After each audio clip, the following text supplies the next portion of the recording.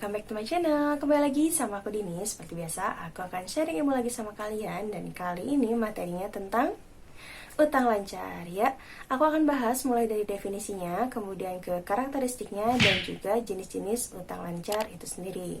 Buat kalian yang ingin menambah ilmu pengetahuan tentang utang lancar, kalian bisa simak video ini sampai akhir ya. Yuk jangan berlama-lama, kita langsung saja belajar.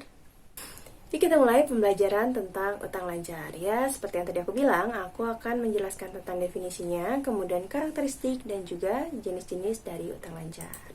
Untuk definisinya, pertama kita harus tahu dulu bahwa utang itu terbagi menjadi dua bagian. Yang pertama itu adalah utang lancar dan yang kedua adalah utang jangka panjang.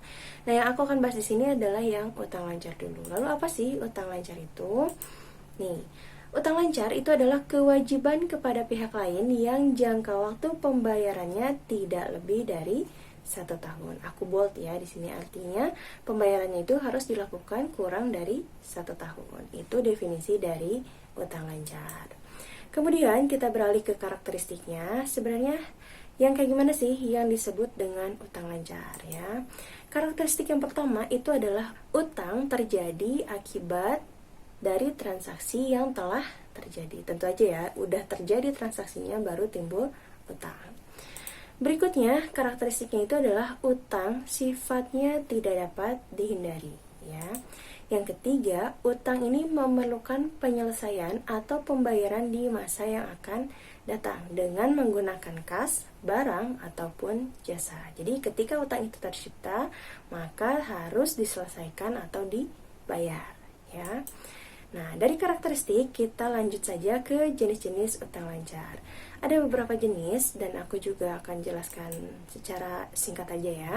Yang pertama itu adalah utang dagang atau istilah aslinya adalah account payable, di mana utang dagang ini adalah utang yang muncul akibat adanya transaksi pembelian barang ataupun jasa secara kredit. Jadi utang itu pada dasarnya adalah transaksi yang kredit ya. Utang yang kedua itu ada utang wesel atau notes payable. Utang ini adalah janji tertulis untuk membayar kepada pihak lain dalam jumlah tertentu yang telah ditetapkan sebelumnya ya. Nah, untuk utang wesel ini aku udah bahas secara lebih detailnya di video aku yang lainnya ya. Kalian bisa cek video di atas.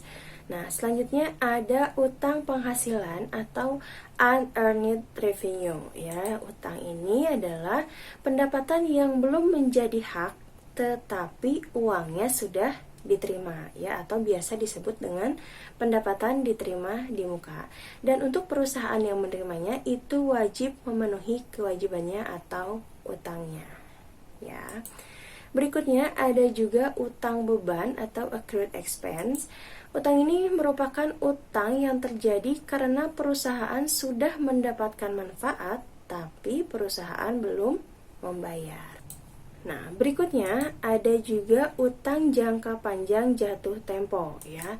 Di sini maksudnya adalah utang yang timbul karena terdapat utang jangka panjang perusahaan yang akan jatuh tempo pada periode sekarang. Jadi sebenarnya ini utang jangka panjang tapi ternyata jatuh tempo pada periode saat ini. Jadi harus segera dibayarkan dan dia termasuk ke jenis utang lancar ya kalau posisinya kayak gini. Kemudian contohnya itu ada obligasi, terus wesel bayar jangka panjang dan lain sebagainya ya.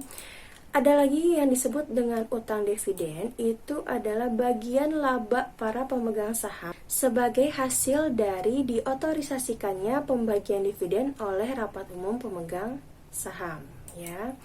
Kemudian ada juga utang pajak. Nah, utang pajak ini adalah semua jenis pajak yang dipungut selama bulan takwim atau beban pajak pada akhir tahun yang kurang bayar. Contohnya, misalkan yang pertama itu adalah jumlah pajak pertambahan nilai atau PPN, kemudian yang keduanya pajak penghasilan atau PPH, dan pajak penghasilan pasal 2 ya. Untuk pembahasan lebih dalamnya mengenai pajak-pajak ini, aku udah ada ya videonya di video aku yang sebelumnya. Jadi kalian bisa cek aja video aku tentang PPN dan PPH ya. Oke, sekian aja untuk materi pendahuluan tentang utang lancar. Sedikit kan? Ya, karena sengaja aku akan membuat part 2-nya atau part berikutnya dari bab tentang utang lancar ini ya. Mungkin nanti di video selanjutnya akan ada latihan soal dan cara perhitungannya.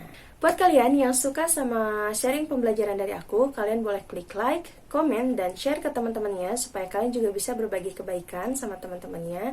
Dan buat yang belum subscribe, kalian jangan lupa untuk klik tombol merahnya supaya kalian gak ketinggalan video pembelajaran yang berikutnya ya. Aku pamit. Assalamualaikum.